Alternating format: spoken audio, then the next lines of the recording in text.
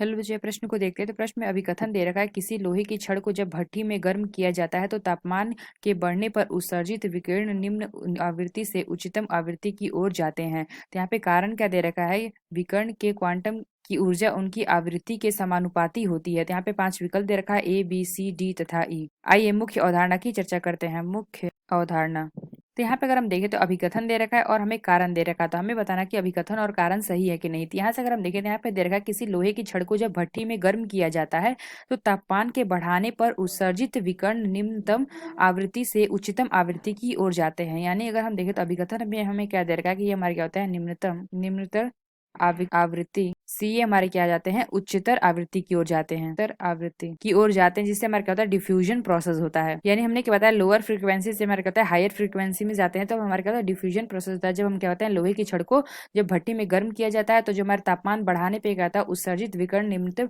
आवृत्ति से उच्चतम आवृत्ति की ओर जाती है। इससे हमारा क्या होता है, डिफ्यूजन प्रोसेस होता है। यानी हम कह सकते हैं जो हमारा अभिकथन दे रखा है, अभिकथन हमारा सही है, यानी कि ट्रू है। अगर हम कारण देखें तो कारण हमें क्या देखा है, विकिरण के क्वांटम की ऊर्जा उसकी आवृत्ति के समानुपाती होती है। तो यानी अगर हम देखें तो यहाँ पे क्या देखा है, विकिरण के क्वांटम की ऊर्जा, यानी अगर हम देखें तो ई बराबर हमारा क्या होता है, एच न्यू होता है। यानी अगर हम देखें तो यहाँ पे क्या दे रखा है, यहाँ से हमारा क्या हो जाएगा, ई, ये हमारा क्या होगा, समानुपाती होगा न्यू के। यानी हमने क्या बताया, विकिरण के क्वांटम की ऊर्जा उसकी आवृत्ति की क्या होती है, समानुपाती होती है। यानी हम कह सकते हैं जो हमारा कारण दे रखा है वो भी हमारा क्या सही है, यानी कि ट्रू है।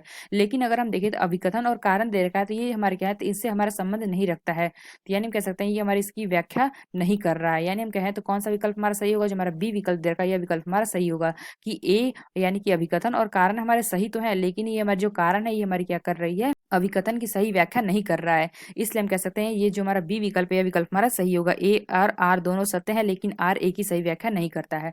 यानी हम कह सकते हैं बी विकल्प हमारा सही होगा। तो आशा करते हैं आपको समझ में आया होगा। धन्यवाद।